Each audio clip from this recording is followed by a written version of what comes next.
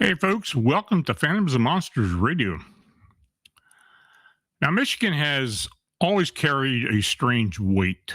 It's a state of deep forest, dark water, isolated roads, old mining country, inland farms, Great Lake shorelines, and rural communities where the woods can still press close enough to make a person feel watched.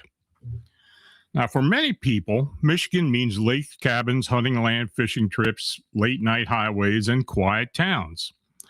But for others, it has become the setting for something much harder to explain.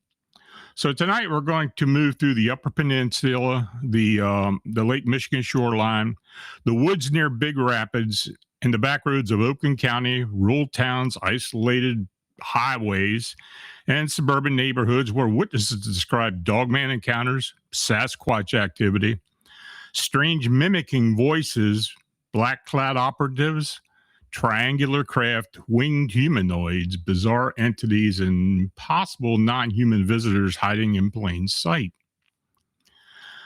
These are not polished campfire stories. Many of these accounts come from outdoorsmen, hunters, truck drivers, families, and ordinary people who were not looking for the unexplained. But something found them. So this is Unexplained Michigan. Now, our first report comes from Michigan's Upper Peninsula, where a night fishing trip turned into something these men apparently never recovered from. The account was passed along by someone who heard it many years ago. According to the witness, the incident involved four men from Upper Peninsula, all avid outdoorsmen. They were described as big, rugged, lumberjack-type men who had spent most of their lives outdoors, fishing, hunting, camping, and living close to the land. So one night, their families stayed behind at camp while the men took a john boat out to catch fish for the next day's meal. They traveled some distance away from the camp before pulling up along the shoreline. It was pitch dark as they began setting up chairs, lights, and fishing gear. And as they worked, they began hearing something moving back and forth along the tree line behind them. Now, at first, they were cautious, but not afraid. They had spent their lives in the outdoors and were familiar with predators. They shined their light towards the sound and caught the red shine of eyes watching them from the darkness. They kept setting up. But then from another part of the tree line, they heard growling. Now, when they turned their lights that way, they saw another pair of red eyes. Now the mood changed. The men began packing up. One of them stayed standing, keeping watch with the light, while the others gathered the gear. Both unseen animals began growling and huffing from separate positions in the woods. Then a massive rock came flying over their heads and crashed into the water. Now, at that point, the men stopped treating the situation like normal wildlife encounter. They began throwing their gear into the boat as fast as they could. They had only gotten about half their equipment loaded when one man screamed and pointed toward the tree line. There, moving toward them, was a massive, upright creature. It was described as inhumanly tall, covered in hair, powerfully built, and broad through the shoulders. Its face looked more wolf-like than human. The creature was screaming at them as it advanced. The men abandoned the rest of the gear and shoved the boat into the water. When they were far enough out, they turned their lights back toward shore, and in the beams they could see two large shapes standing there, both similar in height and form. Now, according to the person who heard the story, the men who told it were sobbing and struggling to speak. These were not men easily frightened. They were raised in the outdoors. They hunted, fished, and camped, and, lived in the wild country. But after this encounter, they reportedly moved away from the rural areas into the suburbs or cities. Their homes no longer felt safe. They never went camping again. Now, the person who passed along the account said it was an emotional state of the men that made the story believable. They were shaking. They were crying. They were trying to describe something that had broken their sense of safety in the woods. Now, whether these creatures were animals, dogmen, misidentified bears, or something else entirely, the result was the same. 4 experienced outdoorsmen went out that night believing they understood the Michigan wilderness. They came back knowing they didn't. Now, Michigan Dogman reports often share a recurring theme. The witness is not simply frightened by the creature's appearance. They describe a deeper reaction, a sudden realization that whatever it is looking back at them is not acting like a normal animal. But this next case shifts into a different type of fear. No glowing eyes, no massive creature stepping from the woods. Just a voice. A familiar voice calling from the wrong place.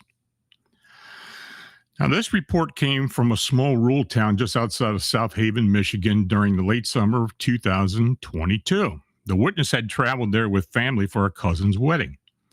They rented a small house in the wooded area near the small lake. Now, from the moment they got out of the car, the witness felt uneasy. They described it simply, something felt off. Now, at first, they dismissed the feeling as fatigue or anxiety. But that night, while smoking outside with their father around 11 p.m., they both noticed how strange everything had sounded. The trees were cracking loudly. There were animals' noises in the dark. Nothing that could be called impossible exactly, but everything sounded slightly wrong. Now, the next morning, the witness's father said he had gone outside around 2 a.m. for a cigarette and heard what sounded like someone banging on the metal siding nearby. It seemed to come from just next door, but there were no footsteps before or after the noise.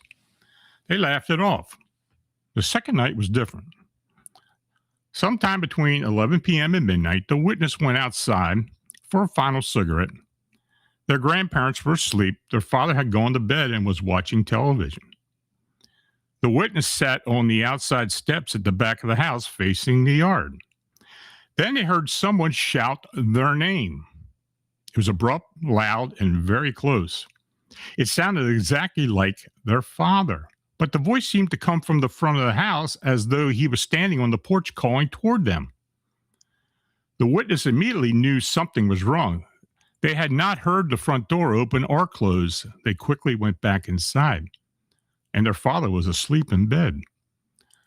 There was no way he could have gone outside, called their name, returned inside, and fallen asleep in a short time it took for them to check. And when the witness woke him and asked if he had been outside yelling, he was confused and said, "Of course not." So the witness tried to sleep but could not get the sound out of his head. They stayed awake for hours, even considering leaving the rental and finding a hotel. Now, the next morning, they were ready to leave. As soon as they got out of town, the uneasy feeling disappeared. Now, later, when the witness told a coworker about the incident, the coworker reacted strongly and said that in Appalachian cryptid lore, there are stories of beings that mimic the voices of people close to you in order to draw your attention. But this happened in Michigan. The witness was left wondering whether anyone else had experienced something similar. There was no visual contact, no creature in the yard, and no figure at the door. Only a familiar voice calling from the wrong direction at the wrong time and from someone who could not have been there. Now, mimicry reports are unsettling because they do not rely on a dramatic sighting. They attack the witness's senses of trust, and a familiar voice becomes bait. In the next account, the witness is a hunter who had spent years dismissing strange activity on one large property. Tree knocks, foul odors, stones moving through the trees. Each incident was explained away until one night, whatever was out there decided to make itself impossible to ignore. Now, this report comes from a 900-plus acre farm and ranch located about 10 to 15 minutes outside Big Rapids, Michigan. The witness is an experienced archery hunter who had spent many years scouting and hunting the property. He already believed Sasquatch existed, but he did not want to believe he was dealing with one on the land he hunted. So over time, certain areas of the property began to make him uncomfortable. While scouting, he would sometimes feel his sixth sense go into overdrive. He dismissed it as imagination. Now, from his stand, he would occasionally hear loud tree knocks from different points around him. Again, he dismissed them as natural noises, perhaps limbs hitting or breaking. But then there were the smells. At times, rank, stagnant odors would overwhelm the area. He told himself it was probably just a black bear.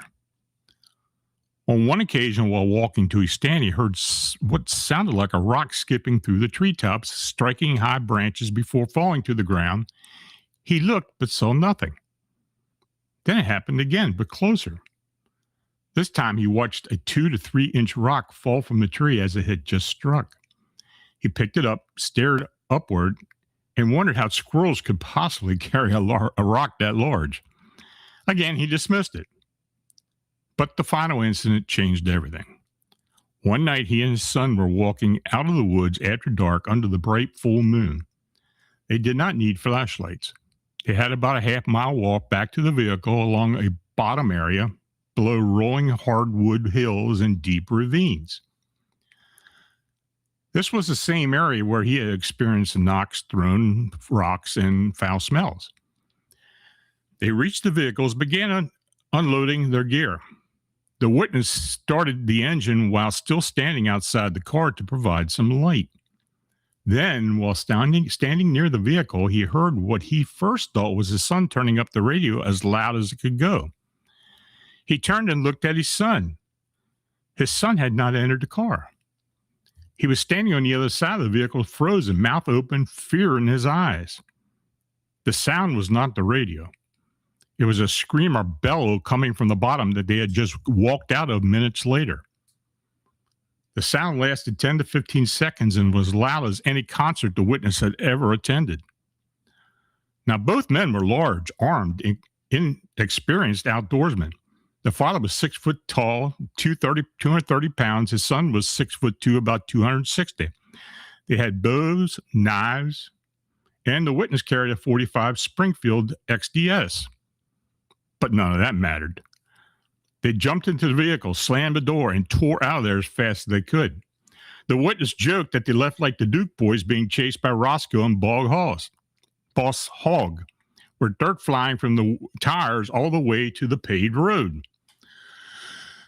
They talked about the encounter all the way home. They had just spent hundreds of hours in the woods and hunted nearly everything in the area, but they had never heard a vocalization like that before. The witness say they rarely hunt that property now and never alone. The last time he sat in that area during the rifle season, he heard a large tree fall in the windless afternoon. He immediately retreated to the truck and called it quits for the day. Whatever was on that property did not need to show itself. It only had to make a sound, and that was enough. Now, from Big Rapids, we move west towards Lake Michigan shoreline near Muskegon.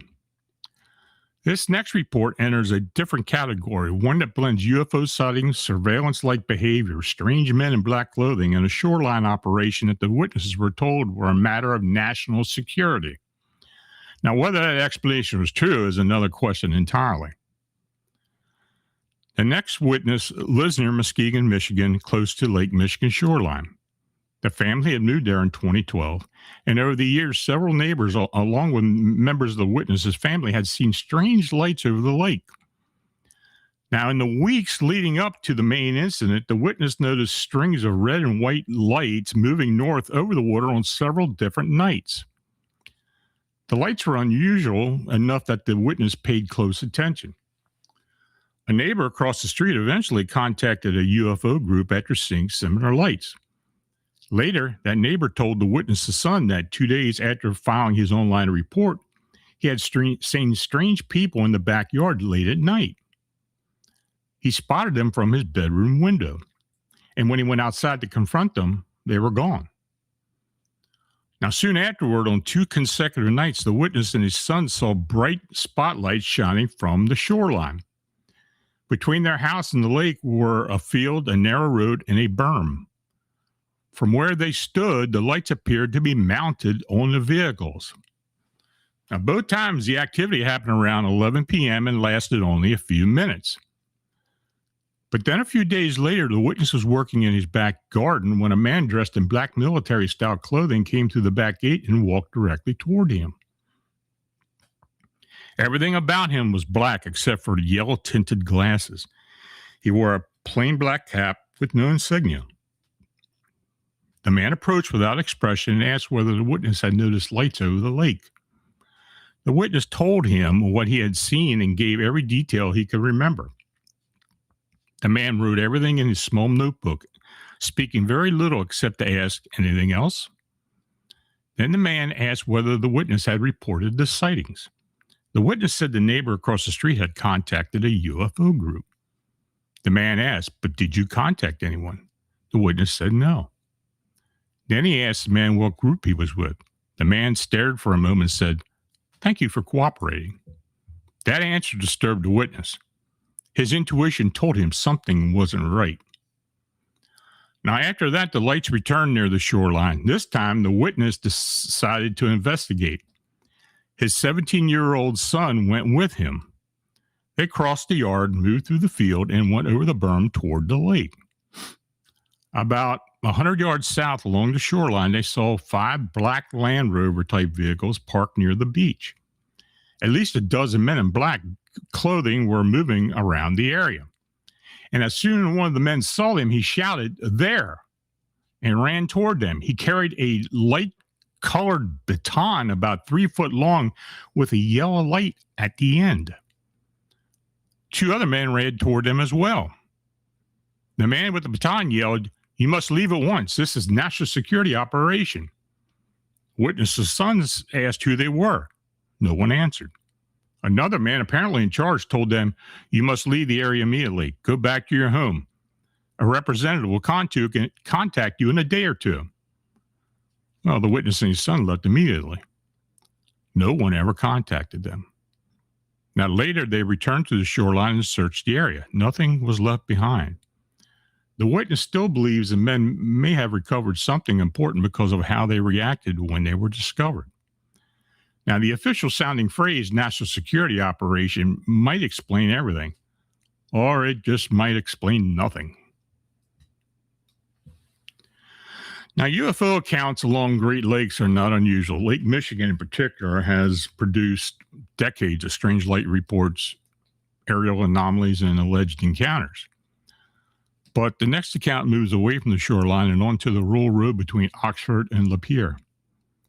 It begins with a triangular craft hovering low over a field, but then it becomes something much stranger. In late August 1994, the witness was riding home with their mother and a close friend after a weekly Friday night bowling session. Now, as they approached the rural area between Oxford and Lapeer, Michigan, the witness noticed an extremely bright light in a field on the east side of the road. Now, at first, they thought there might be a football game or some kind of event happening nearby, but then they realized where they were. There should have not have been anything there. The field was illuminated for at least 100 yards.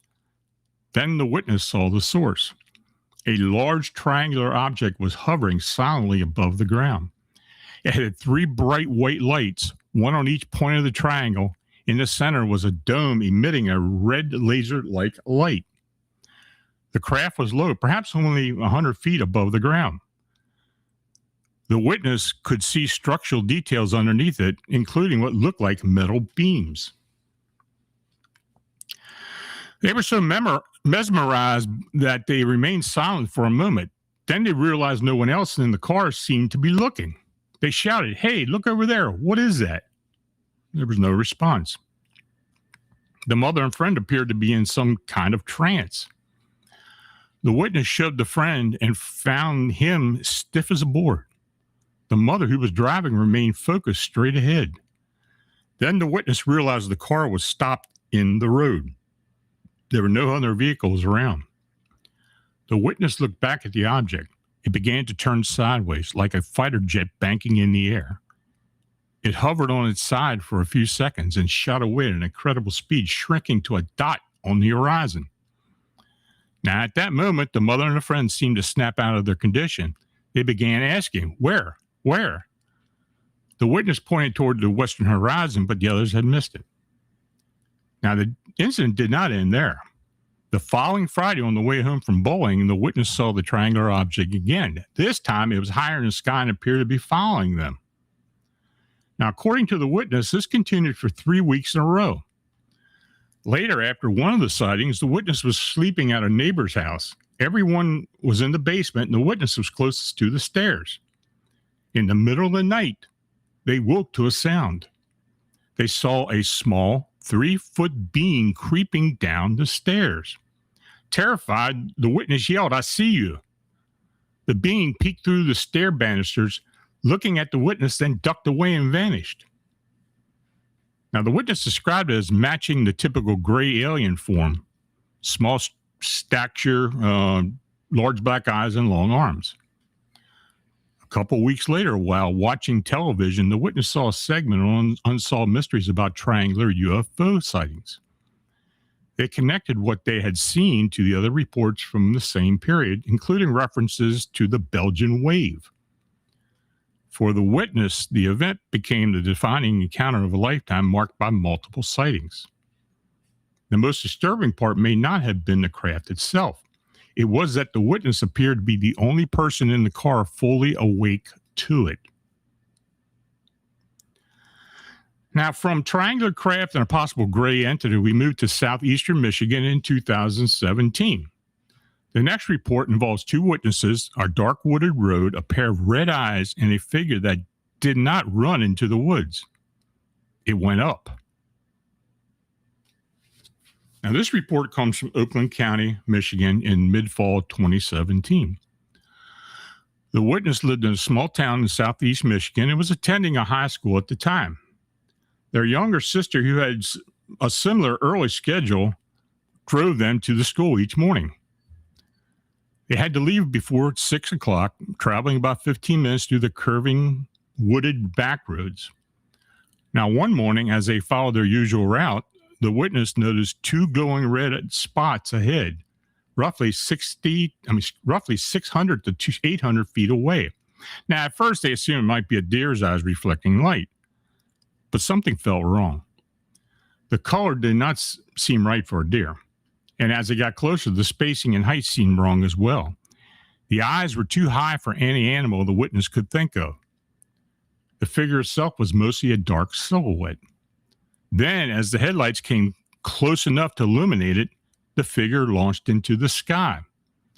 The witness described it as taking off like a bat out of hell. Before it rose, the dark silhouette expanded dramatically like a bird spreading its wings. Then it disappeared over the tree line at a tremendous speed. The witness barely had time to process what had happened. Then he looked at their sister. Her face showed the same shock. The sister asked if the witness had just seen it too, and both described the same thing. Now, the witness later came across reports of similar winged humanoids and noted that many were dated around the same period. And over time, they became more convinced that they had seen something like a Mothman.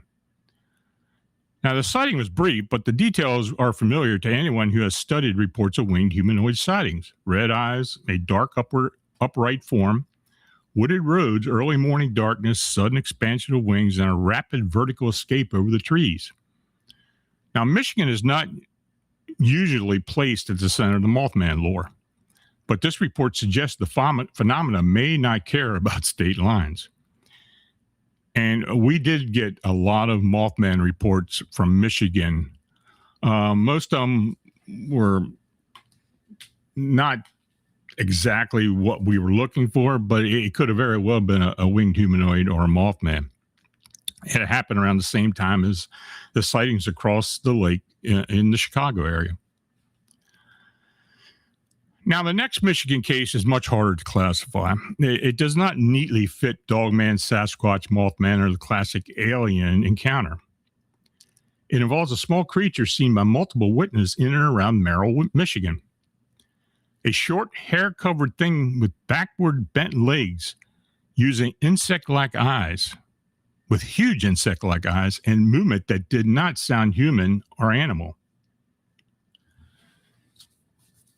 Now, this report comes from Merrill, Michigan, where the writer says multiple witnesses in the small town have seen a creature that does not match any known cryptid that they have researched. The writer had not personally seen it, but had spoken with 3 witnesses they trusted strongly. Now, the first witness was the writer's uncle. When he was younger, he often took night walks through the neighboring woods. He carried a dim flashlight that would cover it with his hand as he thought anyone saw him.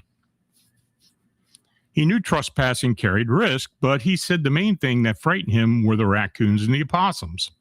So one morning, just before sunrise, he was leaving the woods. The sky was turning gray and the road was becoming visible, but the woods remained dark. And as he crossed the road back toward the house, he saw something a short distance away. It was only a few feet tall.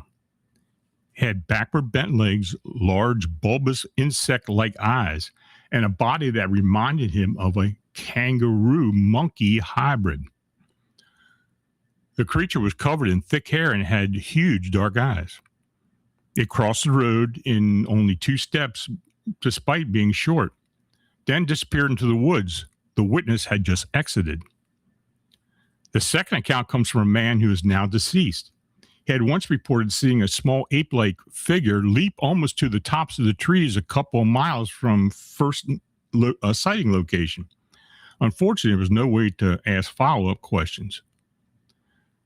And the third account came from Sylvia's husband, a family friend. Every 4th of July, Sylvia and her husband would park a camper at the grandmother's yard and stay for a week or 2. They had never heard the earlier stories. So one evening, Sylvia's husband had been drinking beer with the grandparents. He walked over to a large tree beside a rarely used road to relieve himself. And as he stood there, he noticed the same large black bug-like eyes staring at him from the tree line across the road. Now, as soon as he focused on it, the creature backed into the brush and disappeared. Now, the writer and their uncle were stunned when they heard this because the description matched what the uncle had seen. The family eventually tried to narrow down where the creature might be moving or living based on the locations of the sightings. This is one of those reports that resist easy classification. It contains elements of small ape reports, leaping humanoid reports, goblin-like encounters, and strange road-crossing cryptids. But the repeated description of the eye is significant. Large, black, bug-like eyes, not reflective animal eyes, and not red glowing eyes.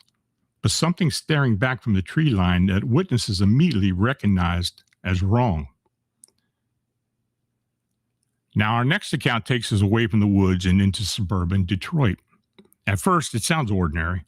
A yard sale, two young women walking through a neighborhood, and a homeowner who notices something slightly unusual about them. But then they walk toward a fence with no exit, and somehow they appear on the other side.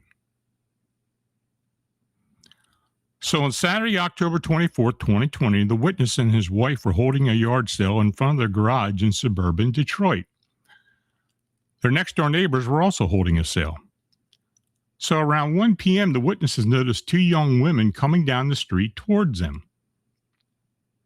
They appeared to be in their mid-20s and did not live in the gated, partially fenced community.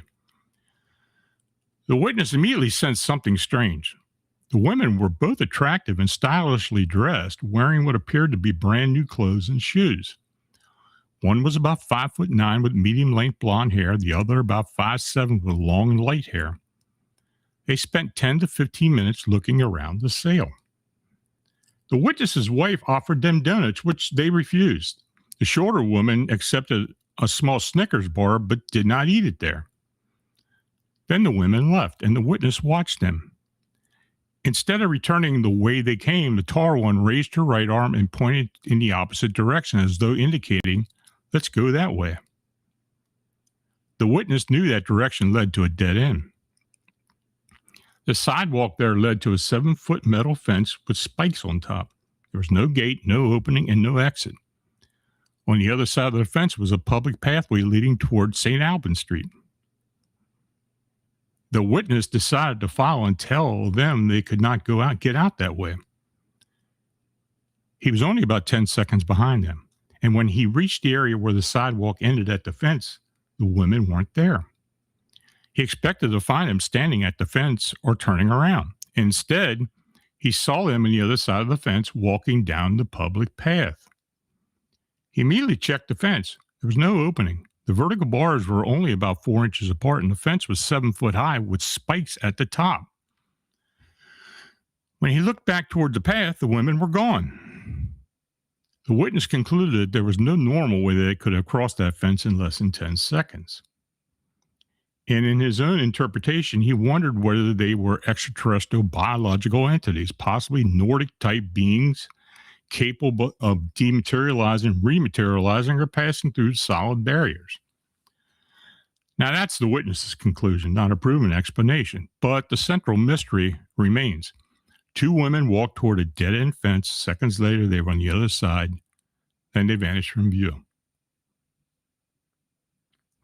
Now, our final report returns to Michigan Dogman territory. This time, the witness is a long-haul truck driver stopped along a highway near Reed City. He sees a deer running from the tree line and assumes a bear may be behind it. Then something appears at the passenger window of the truck, so close that it reaches inside.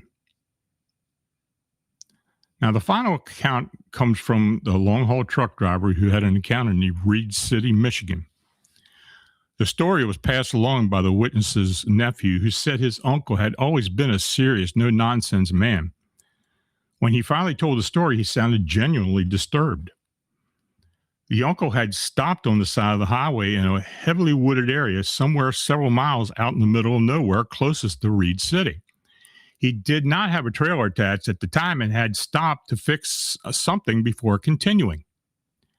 After finishing the repair, he was about to climb back into the truck when he saw a deer come running from the tree line. It looked like it was fleeing something. The trucker assumed there might be a bear nearby. Then, as he was preparing to leave, he saw something looking at him through the passenger side window. It had jet black fur, bright yellow eyes, vicious, snarling teeth. It was so close that he could see the fur moving in the slight breeze coming through the open window. The creature apparently did not realize the window was open. It raised the paw towards the glass as if to press against it, but then pulled back in surprise when the paw entered the cab. The trucker usually carried a gun. At that time, he had a heavy revolver. He pointed it at the creature and fired, shooting it directly in the face. Then he got the truck moving and did not stop to see what happened next. He only cared about putting distance between himself and whatever had been at the window. Now, according to the nephew, the man still had nightmares about the encounter. He described the creature as radiating pure evil and ill intent during the few seconds he faced it. He refused to tell anyone for years because he feared people wouldn't think he had lost his mind. He had never been interested in the occult, cryptids, or the paranormal, and he had no framework from what he saw. Only later, when his nephew told him to look into the Michigan Dogman, did he see artist depictions that matched what appeared in the truck window. The image is hard to forget. A lone truck, a wooded highway, a deer fleeing in the tree line, and something black-furred, yellow-eyed, and snarling leaning into the passenger window. Now, Reed City, Michigan is an area where a lot of dogman sightings have taken place over years. And this one doesn't surprise me because there was another report very similar to this by another trucker, maybe a few years before that. Not as dramatic, but it was definitely something that looked like a dogman or a cryptid canine. Now, Michigan's landscape is part of what makes these reports so compelling. The state has dense forest, isolated waterways, rural farms, hunting land, deep ravines, lakefront regions, and roads where a person can be only minutes from civilization, yet still feel completely alone. Now, across these accounts, several patterns repeat. First, the Michigan Dogman reports appear with unusual force. The Upper Peninsula shoreline case, the creatures stalked the men from the tree line, threw a rock, screamed, and advanced. Near Reed City, a black-furred canine humanoid allegedly approached a truck window. In both cases, the witnesses were not casual observers. They were outdoorsmen, hunters, and working men familiar with rural Michigan. Second, we see the theme of intimidation. Rocks thrown through trees, tree knocks, foul odors, screams from darkness. Creatures that do not simply appear, but seem to test, warn, and drive the witnesses away. Third, we have mimicry. The South Haven area case is especially unsettling because there was no visual confirmation, only a familiar voice used in an impossible way. These cases suggest that some encounters may be psychological before they're physical. Fourth, a UFO-related encounter suggesting Michigan's Great Lakes region may have its own long-running pattern of anomalous aerial activity. The Muskegon shoreline case includes strange lights, possible surveillance, a black-clad visitor, and an apparent operation on the shoreline. The Oxford and Lapeer case includes a low-flying triangular craft, apparent trance-like behavior in nearby witnesses, repeated sightings, and a possible gray entity. Finally, there are the stranger outliers, the Oakland County winged humanoid, the Merrill creature with insect-like wings, and the two mysterious women in suburban Detroit. These reports do not fit comfortably into any one category, but that is often the nature of 14 material. The most valuable cases are not always the easiest to label. Michigan may be known for its lakes, forests, and winter roads, but beneath that familiar image is another Michigan, a place where something watches from the tree line, where voices call from the dark, where lights move over the water, and where black vehicles appear near the beach, where winged shapes rise from the wooded roads before dawn, and where the unexplained does not always stay in the wilderness. Sometimes it comes right up to the window. This has been Unexplained Michigan. Now, if you had an unexplained encounter in Michigan or anywhere else, contact me at Phantoms and Monsters. Your report may help identify a pattern that's been hiding in plain sight for years. And as always, thanks for listening. So we're going to start the Q&A. Please put your questions in all caps.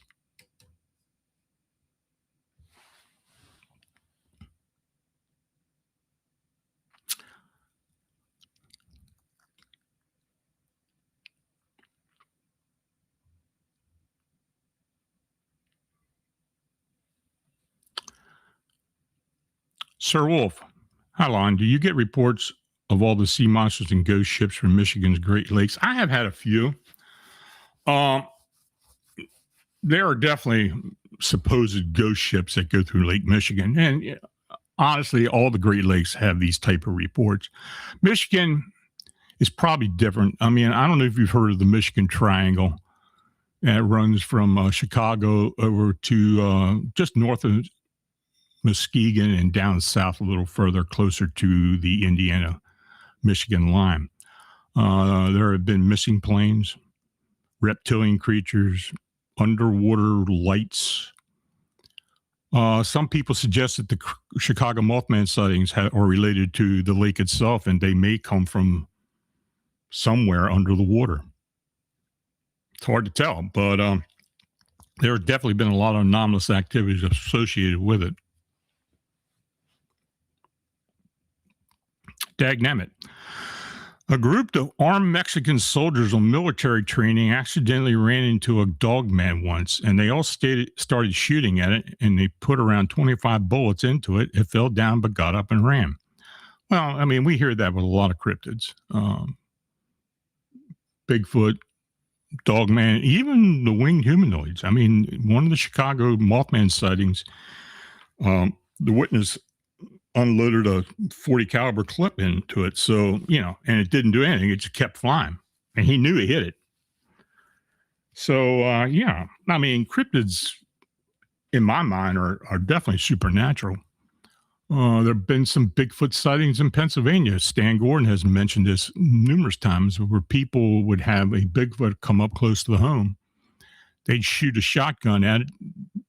They'd see it move like it got hit, and then just disappear. No body, no blood, nothing. It happens a lot. It's just another example of us trying to understand what cryptids really are. Are they supernatural? Are they flesh and blood? Do they move in and out of other dimensions? We just don't know. But I think as time goes on, we're getting better answers. The Chicago Mothman cases and investigation has convinced me more and more that cryptids, for the most part, are supernatural beings. And we may not know what they are exactly, but at some point, I think we're going to probably find out.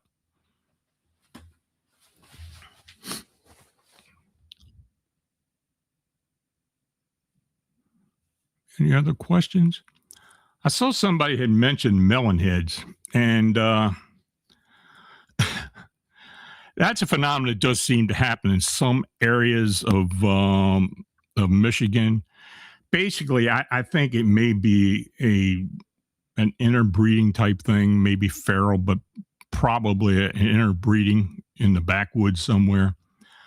I have heard several stories and several different types of descriptions of these human-like beings, but I know one thing: they always have big heads, almost shaped like teardrops. Paramore, there have been reports of mermaids in the Great Lakes. Have you had reports of mermaids? I haven't ever received a mermaid report from the Great Lakes that I can remember. There have been reports of small beings, especially up in Lake Erie. There were a group of fishermen that were off the Ohio. I think it was near Sandusky. I'm not really sure, but they were walleye fishing, and someone had been grabbed reaching for a fish or a net by some small humanoid. They didn't give a very good description of it, but that's about the only humanoid thing I ever remember, other than the winged humanoids along Lake Michigan.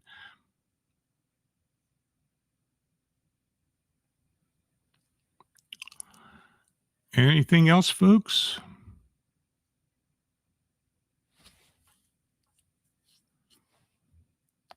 I tell you what you do. If you get a chance within the next day or two, send me another state you'd like to for me to cover.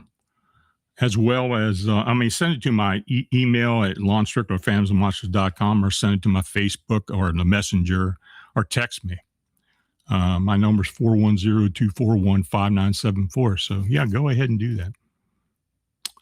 Jose Sanchez, do you believe that the most recent uptick in Dogman reports might be in part to them increasing their population as of recent? Honestly, I haven't really seen an uptick of reports from Dogman or cryptid canines. I mean, it's been pretty steady. I don't know. Are there groups of them? We very rarely hear about a group. We might hear about two of them together, usually a male, maybe a female with them, or two males. But as far as a family group where we see little ones, we just don't normally get that. Now, I'm not saying there aren't any. But again, if these are interdimensional beings or coming from another realm, I mean, they may procreate there and bring them through here. So I don't know. I really have no idea. Dagnammith, in Whitfield, Wisconsin, has a legend that has gnomes living in the in the woods, that if you throw a rock in the woods, they'll throw it back at you. I've heard in several places of gnomes throwing rocks and other small beings throwing rocks back at people and throwing branches and everything else. I don't know that one in particular, but if you do have any information or descriptions or any reports, send them to me. One cat away from crazy midnight. Lon, do you hear that there are many UFOs over Lake Superior at night, where the Edmund Fitzgerald went down? Years ago, I heard of one report that was seen of something hovering over the area where it possibly had gone down at, but there was no evidence of it. Of course, the whole Edmund Fitzgerald story tends to bring out a lot of different other sightings and strange lore associated with it. But I've only ever heard that one.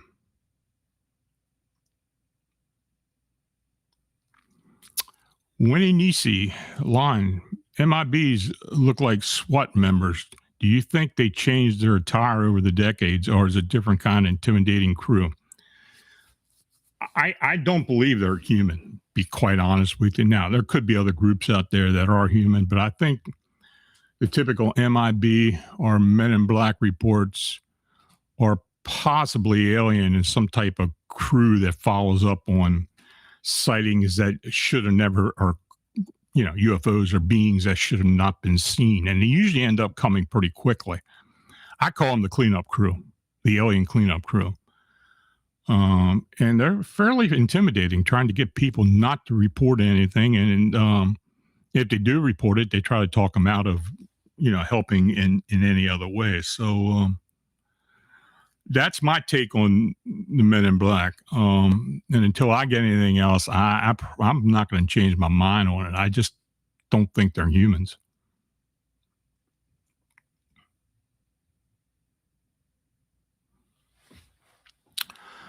Okay, folks. Well, I thank you for coming in tonight.